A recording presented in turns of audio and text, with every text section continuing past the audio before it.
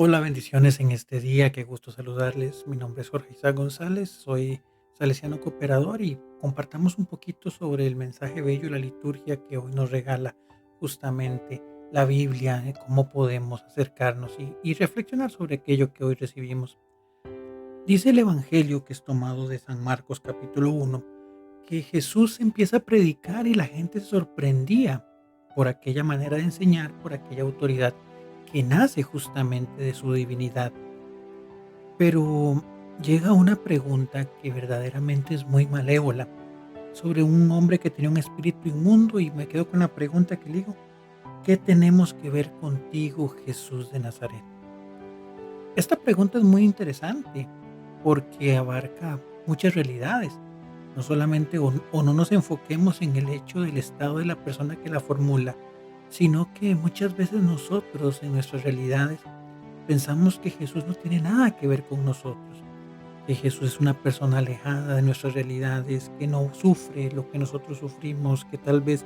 no tiene esa conciencia de nuestras situaciones. Y lo cierto de todo esto es que no es de esa manera. El primer riesgo que tenemos justamente en nuestro camino de fe, en nuestra realidad humana, es el pensar que Cristo no tiene ningún interés en nosotros, o nosotros creernos que no tenemos ningún valor para Cristo. Entonces, eso es importante, sacar de nuestra mentalidad justamente esos anhelos o esos pensamientos que nos hacen creer que somos poca cosa para los demás, y sobre todo que somos poca cosa para Dios. Por otro lado, entonces, ok,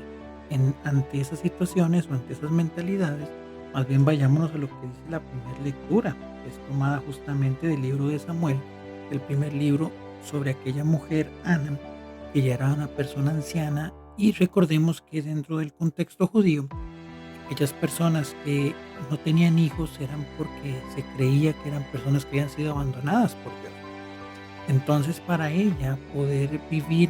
justamente, sentirse que ya estaba llegando al final de su vida y no haber podido engendrar dentro de todo este contexto, era algo muy doloroso porque ella no quería vivir o no quería terminar sus días sintiéndose alejada de la mano de Dios. Y entonces dobla rodilla y pide al Señor, y justamente vean que la oración tiene poderes tan importantes, que producto de esta oración, que producto de este doblar rodillas, viene Samuel, que evidentemente ya en sí mismo es la oración o es la escucha justamente de la súplica de aquella mujer. Y aparte de eso, si nos metemos un poquito en la forma bíblica o en el contexto bíblico, con Samuel inicia justamente otra figura muy importante para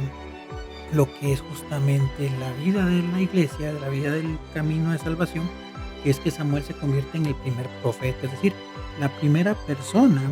que, el primer personaje que se encarga de ser esa voz cantante de Dios y que ayudará en todo ese proceso de unificación de lo que va a ser el pueblo de Israel.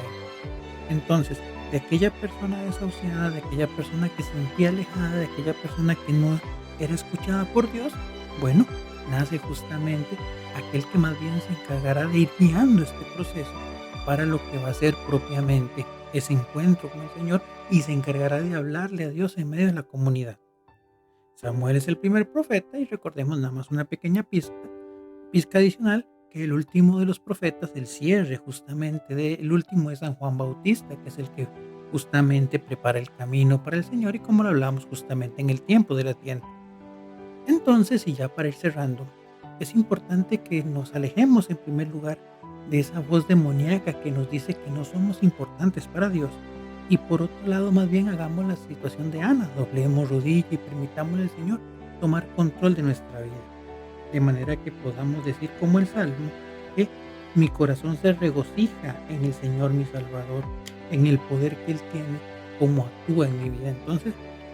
pidámosle al Señor que nos permita siempre tener esa confianza de decir lo que vivimos, de decir lo que pensamos, y de esa manera poder acercarnos cada día más a su gracia santificada. Bendiciones y muy feliz Navidad.